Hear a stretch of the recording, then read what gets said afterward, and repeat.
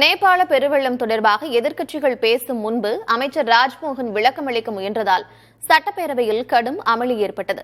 நேபாள பெருவெள்ளம் குறித்த எதிர்க்கட்சிகளின் கவன ஈர்ப்பு தீர்மானத்தை எடுக்கும் முன்பே அமைச்சர் ராஜ்மோகன் விளக்கமளிக்க முயன்றார். இதற்கு எதிர்ப்பு தெரிவித்து திமுக, அதிமுக, பாமக உள்ளிட்ட கட்சி எம்எல்ஏக்கள் அமளியில் ஈடுபட்டனர். இல்லங்க, நான் ஒரு பதில் சொல்றேன், அப்புறம் நீங்க பேசுங்க. உட்காருங்க.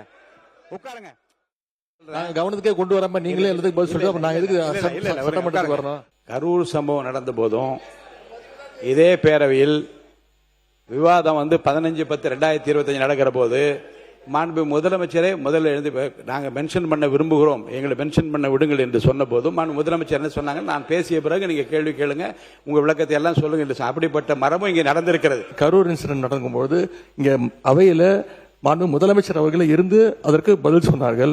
இப்ப முதலமைச்சர் அவர்களும் அவையில் இல்ல, சீஃப் செக்ரட்டரி தலைமைச் செயலாளரும் இல்லை. எனவே இதையெல்லாம் நீங்கள் கவனத்தில் கொண்டு எந்தெந்த துறை பிரச்சனை வரும்போது அந்த அரசு துறை அதிகாரிகள் இங்கே இருக்க வேண்டும் என்று நீங்கள் அறிவுறுத்த வேண்டும் என்று கேட்டுக்கொள்கிறேன். அனைத்து செயலாளர்களும் இங்க இருக்க பக்கத்து ரூம்ல வார் ரூம்ல தான் இருக்கிறாங்கிறத நாங்க பதிவு பண்றோம். முன்னாடி லைவ் இருக்காது, இப்ப லைவ் இருக்கிறதுனால எல்லாமே லைவ்லயே பார்த்து செயலாளர்கள் எல்லாம் இங்க இருக்கிறாங்க.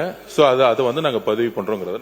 லைவ் என்பது எப்போதும் இருப்பது இல்ல. நான் சொல்றேன் இருங்க, நீங்க வெளியில வெளியிடாமல் இருப்போம் தவிர இந்த கேள்வி பதில் கேட்கும் போது அதிகாரிகள் அங்க இருந்து துணை அதிகாரிகள் எல்லாம், துறையினுடைய அதிகாரிகள் எல்லாம் அங்க இருப்பதுதான்.